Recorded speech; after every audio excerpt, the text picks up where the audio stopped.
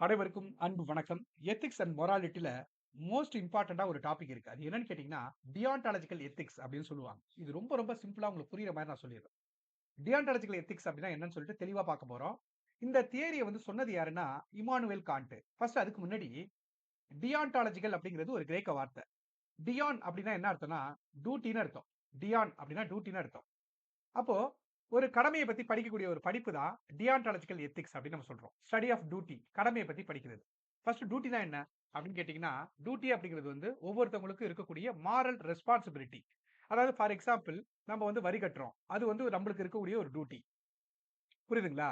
இப்போ ஒரு police officer அப்படின்னா, ஒருத்தன் தவறே பண்ணியிருந்தாலும், அது அவனுடைய ஃப்ரெண்டா இருந்தாலும், அத போய் கைது பண்றது அவனோட டியூட்டி. புரியுதுங்களா? ஓகே.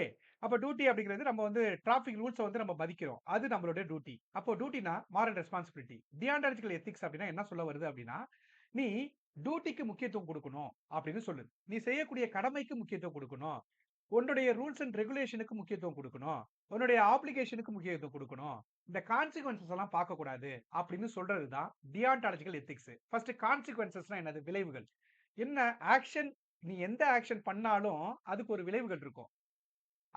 எந்த ஆக்ஷன் பண்ணாலும் அதுக்கு ஒரு கான்சிக்வென்ஸ் இருக்கும். ஓகேங்களா? கான்சிக்வென்ஸ் இருக்கும். விளைவுகள் இருக்கும். ஆக்ஷன்னா வந்து மெத்தட் அதாவது மீன்ஸ் அப்படின்னு நம்ம சொல்லுவோம். இதோட விளைவுகள தான் நம்ம எண்ட் அப்படின்னு நம்ம சொல்லுவோம். மீன்ஸ் இது எண்ட். அதாவது நான் ஒரு நோக்கம் வச்சிருக்கேன். எக்ஸாம்ல பாஸ் ஆகணும் அப்படின்னா, அதுக்கு நான் எந்த மெத்தட்ல பிரிப்பேர் ஆகுறேங்கிறது தான் ஆக்ஷன். இப்போ நான் சிம்பிளா சொல்றேன். நீ எக்ஸாம்க்கு படிக்கிற. எக்ஸாம்க்கு நம்ம படிக்கிறோம் அப்படின்னா, அதனுடைய கான்சிக்வென்ஸ் என்ன? அது படிக்கிறதுங்கிறது ஆக்ஷனு. அதனுடைய விளைவு என்னவா இருக்கும்? ஒண்ணு பாஸ் ஆவும், ஃபெயில் ஆவும். அதுதான் அதனுடைய கான்சிக்வென்ஸஸ். இப்ப இவரு என்ன சொல்றாருன்னா, நீ நீ என்ன பண்ணணும்? டியான்டாலஜிக்கல் எத்திக்ஸ் தியரி படி என்ன சொல்றாங்க அப்படின்னா, நீ இந்த கான்சிக்வென்ஸஸ்லாம் பார்க்கக்கூடாது. பாஸ், ஃபெயில் எல்லாம் பார்க்கக்கூடாது. ஃபர்ஸ்ட் ஆக்ஷன்ல செயல்படணும். ஒழுங்கா செய்யணும். நீ அத ஒழுங்கா படிக்கணும். அப்பதானே பாஸ் ஆக முடியும். அப்போ இத ரொம்ப நம்ம யோசிச்சு போனோம் அப்படின்னா, ரொம்ப ரொம்ப அடுத்தடுத்த டாபிக் வந்து போகும். அப்ப டியான்டாலஜிக்கல் எத்திக்ஸ் என்ன சொல்லுதுன்னா, இந்த கான்சிக்வென்ஸ்லாம் முக்கியம் கிடையாது. இந்த விளைவுகள் எல்லாம் வந்து முக்கியம் கிடையாது. என்ன முக்கியம்?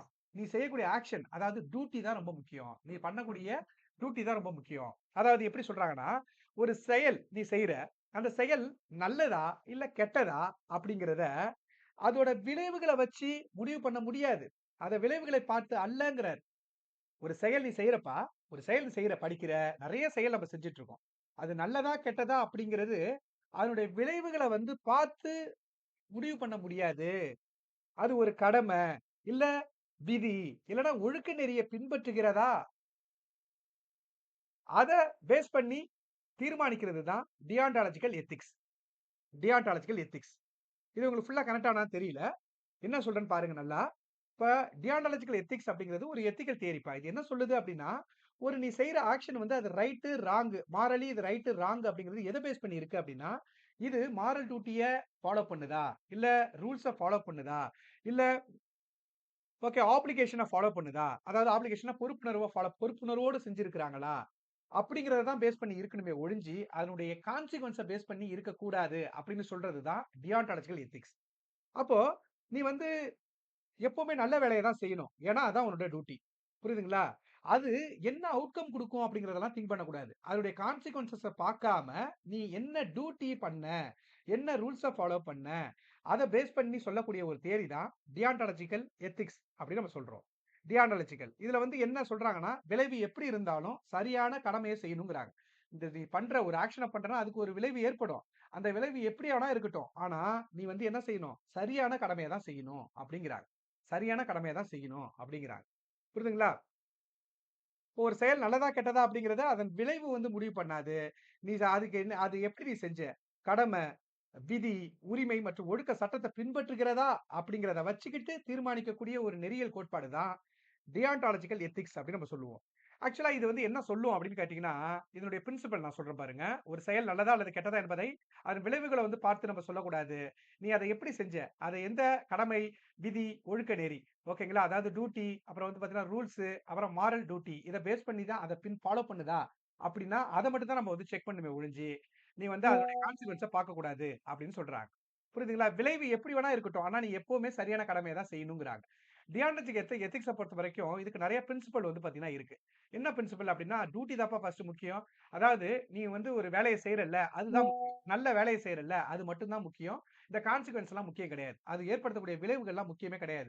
ஃபார் எக்ஸாம்பிள் போலீஸ் ஆஃபீசர் வந்து பார்த்தீங்கன்னா, அவருடைய குளோஸ் ஃபிரெண்டே வந்து அரெஸ்ட் பண்றாரு அப்படின்னா, ஏன் அவரு அது வந்து அவருடைய டியூட்டி. ஓகேங்களா? அப்போ அவரு வந்து டியான்டாலஜிக்கல் எத்திக்ஸ் படி அவர் கரெக்ட்டா செயல்படுறாருன்னு அர்த்தம். ஓகேவா? நெக்ஸ்ட் வந்து பாத்தீங்கன்னா, ரூல்ஸ எப்பவுமே ஃபாலோ பண்ணணும்னு சொல்றாங்க. இந்த டியாலஜிக் எத்திக்ஸ் வந்து ரூல்ஸ எப்பவுமே ஃபாலோ பண்ணணும். ரூல்ஸ்னா என்ன? அப்படின்னு கேட்டீங்கன்னா, அது மாரல் ரூல்ஸ் வந்து அத நீ எப்பவுமே பிரேக் பண்ணக்கூடாது அப்படிங்கிறது தான். அதாவது இப்போ ஃபார் எக்ஸாம்பிள் வந்து பாத்தீங்கன்னா, ஒவ்வொருத்தவங்களுக்கும் ஒரு மாரல் ரூல்ஸ் இருக்கும். அத எப்பவுமே நீங்க வந்து உடைச்சிடக்கூடாது அப்படின்னு சொல்றது தான். புரியுதுங்களா? அதாவது என்னன்னா, ஒழுக்க விதிகள எந்த நிலையிலும் நீ மீறக்கூடாது. எல்லாரும் காப்பி அடிக்கிறாங்க. அதுக்கு நீ காப்பி அடிக்கிற மாரி நீ காப்பி அடிக்காம இருக்கிறன்னா, நீ மாரல் ரூல்ஸ கடைப்பிடிக்கிறன்னு அர்த்தம். எல்லாரும் காப்பி அடிச்சிட்டு இருக்காங்க. ஆனா நீ மட்டும் காப்பி அடிக்காம இருக்க எக்ஸாம்லனா, நீ மாரல் ரூல்ஸ கடைப்பிடிக்கிறன்னு அர்த்தம். அதே மாரி இதனுடைய முக்கியமான 3வது விஷயம் என்னன்னு கேட்டீங்கன்னா, எவரி பெர்சன் ஹாஸ் டிக்னிட்டி. எல்லாருக்குமே வந்து பாத்தீங்கன்னா, மரியாதை குடுக்கணும்னு சொல்லும். இந்த டியாலஜிக்கல் எத்திக்ஸ் வந்து எல்லாருக்குமே வந்து பாத்தீங்கன்னா, மரியாதை குடுக்கணும். ஒவ்வொரு மனுஷனுக்கும் சமமான மதிப்பு குடுக்கணும்னு சொல்லும். Every person has dignity. எல்லாருக்கும் மரியாதை இருக்கு. அதனால எல்லாருக்குமே வந்து சமமான மதிப்பு குடுக்கணும்ங்கறாங்க. அதாவது மனுஷங்கள வெறும் லாபத்துக்காக பயன்படுத்தக்கூடாது. மனுஷங்கள வெறும் லாபத்துக்காக பயன்படுத்தக்கூடாது அப்படின்னு சொல்லக்கூடிய தியரி எது? எந்த தியரி சொல்லுதுன்னு கேட்டீங்கன்னா, டியான்டாலஜிக்கல் எத்திக்ஸ் தியரி சொல்லுது. மனுஷங்கள லாபத்துக்காக மட்டும் பயன்படுத்தக்கூடாது. ஓகேங்களா? ஒவ்வொரு மனுஷனுக்கும் சமமான மதிப்பு வந்து இருக்கு. அதனால அவன வந்து எக்ஸ்ப்ளாய்ட் பண்ணக்கூடாது. ஒரு கம்பெனில வேலை செய்யக்கூடிய தொழிலாளிய வந்து அவனுடைய ப்ராஃபிட்டுக்காக அந்த கம்பெனி முதலாளியோட ப்ராஃபிட்டுக்காக அவன சுரண்டக்கூடாது, எக்ஸ்ப்ளாய்ட் பண்ணக்கூடாதுன்னு சொல்லுது. புரியுதுங்களா? அப்புறம் மாரல் ஆக்ஷன் எப்பவுமே வந்து பார்த்தீங்கன்னா, யுனிவர்சலா இருக்கணும். அது என்ன மாரல் ஆக்ஷன்? அப்டின்னா, ஒரு செயல் ஒருவருக்கு சரியானதாக இருந்தால், அனைவருக்கும் சரியானதாக இருக்க வேண்டும்ங்கிறாங்க. அதாவது இப்ப நீ ஒரு செயல செய்ற, அது உனக்கு சரி அப்டின்னு இருந்ததுன்னா, அது எல்லாருக்குமே சரியானதா இருக்கணும். அப்பதான் அது வந்து பார்த்தீங்கன்னா, யுனிவர்சலா இருக்க முடியும். புரியுதுங்களா? சோ இப்போ நம்பளுக்கு ஒரு விஷயம் நம்ம சரின்னு செய்றோம். அது எப்ப சரியாகும்? அப்டின்னு கேட்டீங்கன்னா, அது எல்லாருக்குமே வந்து சரியா எப்போ இருக்கோ, அப்பதான் அது வந்து நம்ப செஞ்சது சரியா ஆகும். புரியுதுங்களா? அதுதான் வந்து பார்த்தீங்கன்னா, டியான்டாலஜிக்கல் எத்திக்ஸ் தியரி வந்து சொல்லுது. Okay. If something morally right to one person ஒருத்தவங்களுக்கு ஒரு விஷயம் சரியா இருக்கு. You should be right to for everyone. அது எல்லாருக்குமே சரியா இருந்தா தான், நீ நம்ப செய்றதும் சரி அப்படிங்கிற மாரி பொருள் அப்படிங்கிறத சொல்றாங்க. ஒருத்தவங்க ஒரு ஒரு மாரி தியரிய சொல்லுவாங்க. இதுல இவரு தான் சொல்லியிருக்காரு. இம்மானுவேல் காண்ட் வந்து பார்த்தீங்கன்னா, இத இப்படி தான் சொல்லியிருக்காரு. புரியுதுங்களா? இப்ப ரியல் லைஃப் எக்ஸாம்பிள் நம்ம பார்த்தோம் அப்படின்னா, போலீஸ் ஆபிசர் வந்து பார்த்தீங்கன்னா, லஞ்சம் வாங்காமயே இருக்கிறாரு. சோ, அவருக்கு வந்து ஈவன் தோ அவருக்கு பினான்சியல் ப்ராப்ளம் இருக்குப்பா. அவருக்கு வந்து பார்த்தீங்கன்னா, உடனே வந்து ஒரு 10,00,000 காசு தேவைப்படுது. ஆனாலும் அவன் கடன் வாங்காம, லஞ்சம் வாங்காம இருக்கிறாரு அப்படின்னா, இது அவருடைய ஹானஸ்டி அப்படிங்கிற டியூட்டிய காட்டுது. ஹானஸ்டி அப்படிங்கிற ஒரு அவருடைய கடமைய வந்து காட்டுது. இப்ப எக்ஸாம்பிள் 2 பார்த்தீங்கன்னா, டாக்டர் வந்து எல்லா பேஷண்ட்டையுமே ஈக்குவலா வந்து ட்ரீட் பண்றாரு. அதாவது அவங்களுடைய மதம் என்னன்னு பார்க்கல, அவங்கள்ட்ட காசு இருக்கா, பணம் இருக்கான்னு பார்க்கல அப்படின்னா, இது என்ன எக்ஸாம்பிள்னா, இந்த இடத்துல duty comes before personal preference. அவரு அங்க வந்து பார்த்தீங்கன்னா, பெர்சனல் பிரெஃபரன்ஸ்லாம் பார்க்கல. ஏழையா, பணக்காரனா பார்க்கல. இவரு எந்த மதமா, அந்த மதமான்னு பார்க்கல. இவரு வந்து பார்த்தீங்கன்னா, டியூட்டிய தான் பார்த்திருக்காரு. ஓகே. எல்லாரையும் ஈக்குவலா ட்ரீட் பண்ணியிருக்காரு. இது அவரோட டியூட்டி. எக்ஸாம்பிள் 3 வந்து பார்த்தீங்கன்னா, டீச்சர் வந்து பார்த்தீங்கன்னா, எல்லாருக்குமே ஃபேரா மார்க் குடுக்குறாங்க. அவங்க சொந்தக்காரங்க, பந்தக்காரவங்க எதுவுமே பார்க்கல. எல்லாருக்கும் ஃபேர் மார்க்க குடுக்குறாங்கன்னா, அதுதான் அவங்களுடைய டியூட்டி. புரியுதுங்களா? இப்போ டியான்டாலஜிக்கல் எத்திக்ஸ் அப்டின்னா என்ன? அப்டின்னா, ஃபைனலா இத மட்டும் தெளிவா ஞாபகம் வச்சுக்கங்க. டியான்டாலஜிக்கல் எத்திக்ஸ்னா கடம தான் முக்கியம். டியூட்டி தான் முக்கியம். ரூல்ஸ் தான் முக்கியம். ஓகே. விதிகள ஃபாலோ பண்ணணும். அதுதான் முக்கியம். மீன்ஸ் தான் முக்கியம். மெத்தட் தான் முக்கியம். நீ மெத்தட் பண்றல ஒரு கோல ஒரு நல்ல இலக்க வச்சுக்கிற.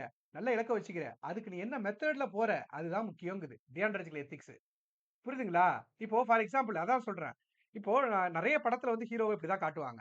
அவரு திருடுவாரு. திருடிட்டு போய் ஏழைகளுக்கு ஹெல்ப் பண்ணுவாரு. இந்த டியான்டாலஜிக்கல் எத்திக்ஸ் பார்வையில பார்த்தா இதுக்கு என்ன பதிலு? அப்படின்னு கேட்டீங்கன்னா, இந்த பாரு நீ வந்து அதாவது நீ போய் ஏழைகளுக்கு உதவி பண்ணியிருக்க நல்லது. அப்படின்னு சொல்லாது டியான்டாலஜிக்கல் எத்திக்ஸ். அது ஏன்னா அது எண்டே பார்க்கிறது இல்லல்ல. அதனுடைய ஃபைனல் இலக்கு என்னன்னு பார்க்கிறதே கிடையாது. இது என்ன பார்க்குது? அது மெத்தட் எப்படி திருடுன. திருடியிருக்க. அப்ப டியான்டாலஜிக்கல் எத்திக்ஸ் இம்மானுவேல் காண்ட் பார்வையில அது தப்பு. நீ பண்ணது தப்பு. ஏன்னா நீ செய்ற செயலே ஃபர்ஸ்ட் சரியா இருக்கணும்ங்கிறாரு. ஓகே. அந்த கான்சிக்வென்ஸ் எல்லாம் பத்தி ஃபீல் பண்ணக்கூடாது. நீ செய்ற செயல் சரியா இருக்கணும்ங்கிறாரு அவரு. அப்ப நீ திருடி போய் ஏழைகளுக்கு உதவி பண்ணான்னா, இன்னும் நல்லது பண்ணா என்ன? அப்ப டியான்டாலஜிக்கல் எத்திக்ஸ் படி சொன்னா இது தப்புங்கும் அது. நீ திருடுனது தப்புப்பா. அது எத்திக்கலா கரெக்ட் நாட் கரெக்ட்ப்பா அது. தப்புப்பா அது அப்டின்றோம். சரி. அப்போ இதுல ஃபைனலா இத மட்டும் தெளிவா வச்சுக்கப்பா. டியான்டாலஜிக்கல் எத்திக்ஸ் தியரில கடம முக்கியம். ரூல்ஸ் முக்கியம். மீன்ஸ் தான் முக்கியம். மெத்தட் தான் முக்கியம். ஓகேவா? இம்மானுவேல் காண்ட் தான் இந்த தியரிய சொன்னாரு. இதுக்கு அப்படியே ஆப்போசிட்டா ஒருத்தர் வராங்க. யாருன்னு கேட்டீங்கன்னா, கான்சிக்வென்ஷியலிசம் அப்டின்னு சொல்லுவாங்க. கான்சிக்வென்ஷியலிசம் அப்படின்னு ஒரு தியரி இருக்கு. இது என்ன கான்சிக்வென்ஷியலிசம் அப்படின்னா இதுக்கு ஆப்போசிட்ன்னு சொல்லிட்டேனா, இந்த இப்போ ஃபார் எக்ஸாம்பிள் அதே எக்ஸாம்பிள் சொல்றேன். எல்லா படத்திலயும் இந்த ஹீரோஸ்லாம் வந்து திருடுவாங்க. எல்லா படத்திலும் கிடையாது. ஃபார் சம் அர்ஜுன் மூவி இந்த மாரி நெறைய மூவிஸ்ல அப்படி காட்டியிருப்பாங்க. ஓகேங்களா? ஜென்டில்மேன் நெனைக்கிறேன். எனக்கு தெரியல படம் பேரு. இப்ப அதுல திருடுவாரு. இப்ப கான்சிக்வென்ஷியல் தியரி வந்து பார்த்தீங்கன்னா, என்ன பார்க்கும் அப்படின்னா, ஓகே என்ன செய்யணும், அது அவர் திருடி இருக்காரு. அந்த மெத்தட் எல்லாம் பார்க்காது. ஆனா ஃபைனல் எண்ட் என்ன? எண்ட் என்ன? அப்படின்னு கேட்டீங்கன்னா, அது பல ஏழை மக்களோட படிப்புக்கு வந்து ஹெல்ப் பண்ணியிருக்கு. ஓகேங்களா? ஏழை மக்களோட படிப்புக்கு வந்து ஹெல்ப் பண்ணியிருக்கு அப்படின்னு நம்ம பார்க்கும்போது, இந்த முடிவ மட்டும் தான் பார்ப்பாங்க. முடிவு சரி. ஓகே. அப்போ ஒரு விஷயம் சரியா, தப்பா அப்படிங்கிறது முடிவ வச்சு முடிவு பண்ணா, அது பேரு கான்சிக்வென்ஷலிசம் தியரி. அவுட்கம்ம தான் பார்ப்பாங்க. ரிசல்ட்ட மட்டும் தான் பார்ப்பாங்க. எண்ட மட்டும் தான் பார்ப்பாங்க. இது எப்படி வந்ததுலாம் பார்க்க மாட்டாங்க. புரியுதுங்களா? அதுக்கு பேரு கான்சிக்வென்ஷலிசம் தியரின்னு சொல்லுவாங்க. இது புரிஞ்சிருக்குன்னு நம்புறேன். சப்போஸ் இது புரியல அப்படின்னா, நீங்க வந்து கமெண்ட் பண்ணுங்க. நம்ம வந்து பார்த்தீங்கன்னா சொல்லலாம். பொதுவா எத்திக்ஸ்ல வந்து பார்த்தீங்கன்னா, நீ ஒரு நல்ல கோல் எக்ஸாம்ல பாஸ் ஆகணும் அப்படின்னா, அதுக்கு என்ன மெத்தட்ல எக்ஸாம்ல பாஸ் ஆகணும் அப்படிங்கிறது வந்து ஒரு முடிவு. நல்ல இலக்கு. ஒரு எண்ட். அதுக்கு நீ வந்து என்ன மெத்தட ஃபாலோ பண்ற? என்ன மெத்தட ஃபாலோ பண்ற? மீன்ஸ் அது பேரு. எப்பவுமே எத்திக்ஸ் அப்டின்னா, மெத்தடும் கரெக்ட்டா இருக்கணும். எண்டும் கரெக்ட்டா இருக்கணும். பட் டியானடிக் எத்திக்ஸ் வந்து என்ன சொல்லுது அப்டின்னா, மெத்தட் தான் முக்கியங்குது. புரியுதா? மெத்தட் மட்டும் தான் முக்கியம். எண்ட் முக்கியம் இல்ல. கான் அதனால ஏற்படக்கூடிய கான்சிக்வென்ஸஸ் முக்கியம் கிடையாது. மெத்தடே முக்கியம். நீ மெத்தடே ஃபர்ஸ்ட் சரியா செஞ்சிரணும். ஓகேங்களா? ஒரு விஷயம் ரைட்ங்கிறனாலே நீ செய்யணும் அத. ஒரு விஷயம் ரைட். அத நீ செய்றது தான் உன்னோட டியூட்டிங்குது. புரியுதுங்களா? இப்ப கான்சிக்வென்ஸ் தியரி என்ன சொல்லுது? மெத்தட்லாம் முக்கியம் இல்ல. எண்ட் தான் முக்கியங்குது. அவுட்கம் தான் முக்கியம். ரிசல்ட் தான் முக்கியம். எண்ட் தான் முக்கியங்குது. புரியுதுங்களா? ஸோ நன்றி, வணக்கம். இதுல ஏதாச்சும் டவுட் இருந்தது அப்டின்னா நீங்க கமெண்ட் பண்ணுங்க.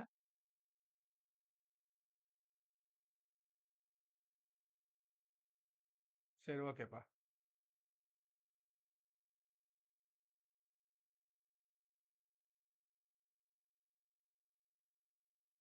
ஓ! சாரி. நன்றி, வணக்கம். ஏதாவது டவுட் இருந்தா கமெண்ட் பண்ணுங்க.